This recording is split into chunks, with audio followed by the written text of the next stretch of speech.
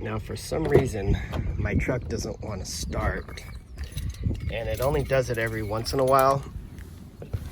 Pretty sure it's not the battery, but I'll show you what's happening.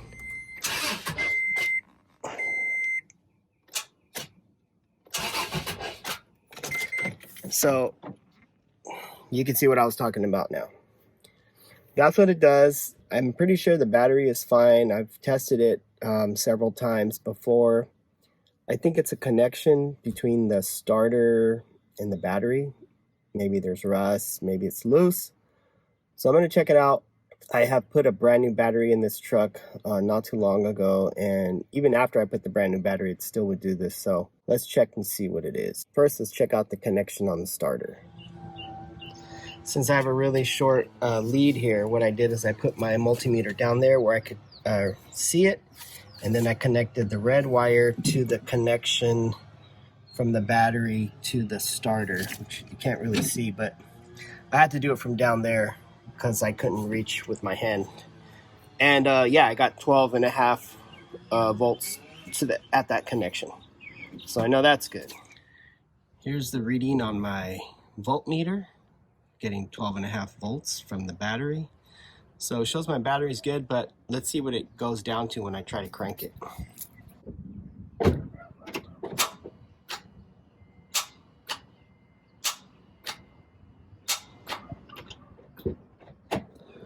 All right, so you could see it dropped down to, I think, 11 or something like that, under 12. So it looks like we have a starter issue. I hope that's what it is, and I'm gonna go ahead and replace it in this video. 2008 Tacoma V6, and the starter is down there. I would say disconnect your battery before you start anything. YouTube Landia. It looks like we got a bolt here that's going to hold it on, and then the one up there is going to hold it on too. So we got 2 bolts holding on the starter, and then we have some wires we got to disconnect. So we have this one here, this one here, and then that one. This one comes from the battery. It's just a cap you got to take off, removes that. You got to take this bolt. This is going to disconnect, and then this is going to unbolt. So, you know, these all look fine. Doesn't look like there's any corrosion problems or anything like that. So must be something internal with the solenoid or something. So let's check it out. So one of the things I did first was disconnect this wire, and the way I did that was pushing on this right here, and that allowed me to pull it out. This looks, you know, fine. Doesn't look like there's anything wrong with it. So let's just take off these 2 bolts, this one and this one. All right, so this is a 12. All right, so we went ahead and got this one off, got this off, and we just got to take this off. This looks like a ground wire. Now that we're done with all the connections, now we can take off the actual mounting bolts. So you can see the back end of it right here. Let's see.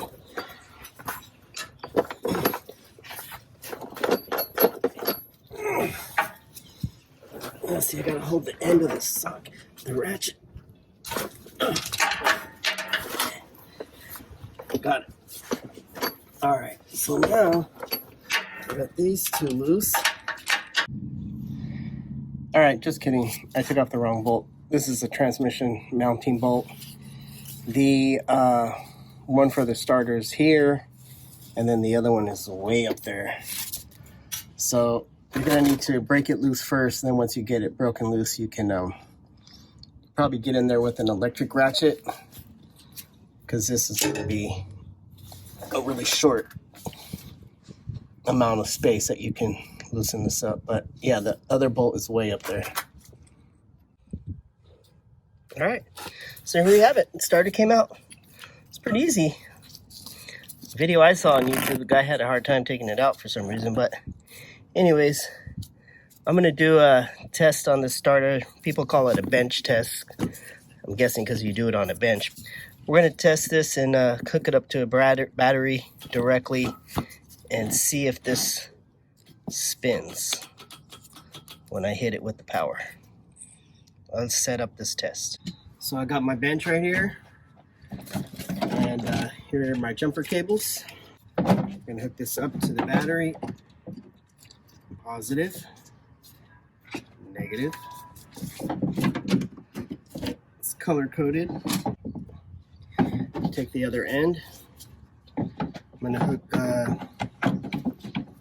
the positive directly to the positive connection here, and then this, ground it to the body of the starter.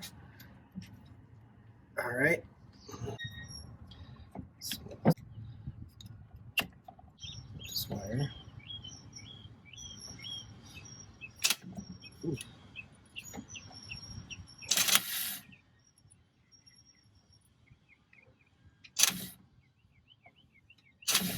Huh. Starter seems to be working good. Must be a relay then. Let's check what relay I have to replace, because the starter seems fine. Okay, so what happened? I tested my starter on my truck right here, but what I learned was, even though the starter would respond to the positive charge on my truck, outside of the truck sitting here, once you install it, it doesn't have enough power to actually turn the engine. So you'll get a response here, just connecting it directly to your battery. When I turn the key, what it would do is all you would hear is a click, and that click was the starter solenoid responding, and it was shooting out the gear, but it wasn't turning the flywheel, and so it wouldn't start the car. I ended up going completely overboard and seeing this YouTube video and checking all these other things, which is fine, but it wasn't any of those things. Let me show you what I checked. So I pulled off this fuse box cover, checked the fuses. They were all fine, so it wasn't that, but that could be an issue. Check my battery cables, make sure there's no corrosion. This is a interstate battery. Got it at Costco. It's still under full warranty. It has a full charge. My positive cable was tight. Make sure these bolts are tight. There's not a lot of corrosion. Same thing with your connections with the starter. Make sure they're all connected. If you don't see any visual signs, then it's probably fine. The other thing that I checked was my fuses inside the car. I actually completely gutted my dashboard. I took all this off right here. I took this whole thing off, took off the ignition. I just took everything out, and it was none of that. The last thing I went to was the alarm. You can see there's this, I still have the little thing here, there's a little light that blinks. This is an aftermarket alarm that the dealer installs, and I thought that was draining my battery, was pulling a draw, and so I actually took it out. So this is, again, this is aftermarket. It's good. It makes your lights blink. It makes your horn beep when you set your alarm. So if your alarm ever goes off, your lights will blink and your horn will beep. But your car does still have a factory alarm unit. This is just for lights and sound and stuff like that. So I thought that was pulling a draw. I didn't like how this was connected to my car, though. It was like these were connected with a bunch of pinch connectors just tapped into my stock wiring harness. So I didn't really like that anyways, so I just took it off. But yeah, so it wasn't any of those things. It was just a starter, plain and simple. So before you go start pulling your alarm out and messing with your fuses and messing with your interior underneath your dash, just two main issues are either going to be your battery or your starter. If it's not those two things, then yeah, it could be something else. But you could also take the starter out. You could take it to the AutoZone or O'Reilly's, and they'll test it for you. They'll tell you if it's good or bad. But those guys don't really know a lot sometimes. So you could buy a starter, put it in, and see if it works. And if it works, you're good to go. But if it doesn't work, it still doesn't start, then it's not your starter, because you got a brand new starter in there. So you could either take the starter back, or you can just have a new starter and be fine. There's nothing wrong with having a new starter. But you could return it because it could be something else. You know, again, it could be your battery, it could be the connections. But let me just show you. It starts every time now, and I don't know if you can tell, but the sound it makes when it starts is a little different from the stock starter. This one, I don't know if it's because it's brand new or if it's a different brand or newer technology. It sounds a little different.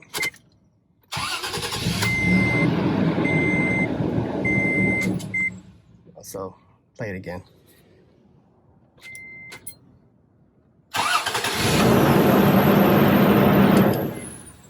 I don't know if you can tell the difference, but I know I hear it just because it's my truck. It has a sharper sound, like a higher pitch when it cranks over, when the starter cranks. So again, it could just be because it's a brand new starter or it's not a Toyota brand or whatever it is, but it sounds great to me. Sound of starting up. So anyways, that's the end of this video. Like I said, just be careful.